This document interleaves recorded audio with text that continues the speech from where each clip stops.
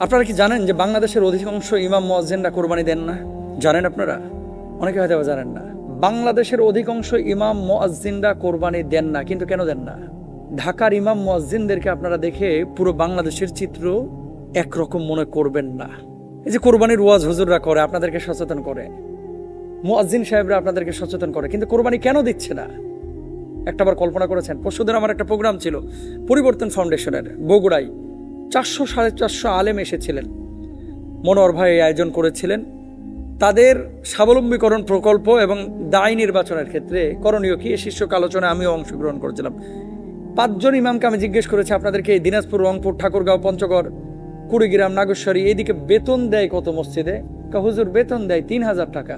বেতন দেয় কত? বেতন দেয় 5000। আর এক আল্লাহর ওলির জিজ্ঞেস করলাম, আপনি কত পান? হুজুর আমার বেতন দেন না, আমার বলে দিছে হুজুর ধান যখন তুলবে, ধান কালেকশন করে ধান বেচে বেতন নিয়েন। বুঝছেন বাংলাদেশের অবস্থাটা কোথায়? আর এক জায়গায় রসুন বেচে হুজুর টাকা নিয়েন, মানে মানুষের বাড়ি বাড়ি যায় হুজুরই রসুন তুলে নিয়ে আইবে, নিয়ে আসার পর রসুন বিক্রি করে বেতন নেবে। এই সমস্ত মসজিদের সভাপতি, সেক্রেটারি যারা আছে, এগুলোরে ওর যে গোয়াল ঘর আছে না, গরুর সাথে বাইন্ধে রাখা উচিত।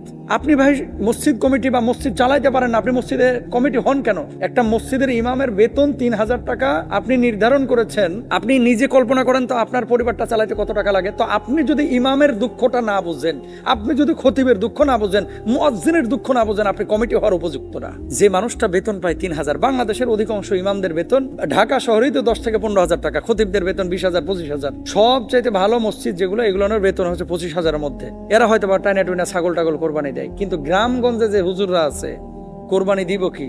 আর কোরবানি দেওয়ার পরে হুজুর একটু গোশতও পাঠায় না। আপনি নামাজ আদায় করছেন, আপনি লিডার মানেন, এটা কথিত লিডার।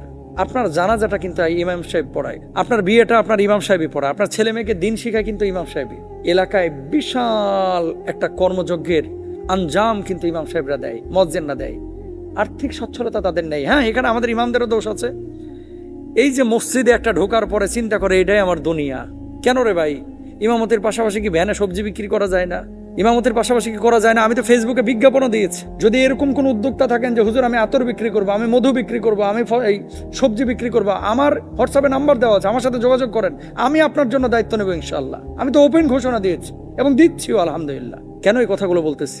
আর্থিকভাবে যদি আপনি ন্যূনতম সচ্ছলতা না থাকে, আপনি দাওয়াতি কাজ করতে পারবেন না। মানুষ আপনাকে বেল দিবে না ভাই, পাত্তা দিবে না। এবং আপনি যখন কথা বলবেন, হুজুররা এগুলা বলে, এরকম একটা ভাব। আর বদমাশ, চুরি করে, ডাকাতি করে, সুদ খায়া, ঘুষ খায়া মোটা মোটা বান্ডেল কামাইছে, সে আপনার উপরে খবরদারি করবে। যে কথা বলতে চাচ্ছি ভাই, 10-15 হাজার টাকা দিয়েও ছোট ছোট এখন ব্যবসা করা যায়। ফোন ফ্ল্যাক্সের একটা দোকান দেওয়া যায়।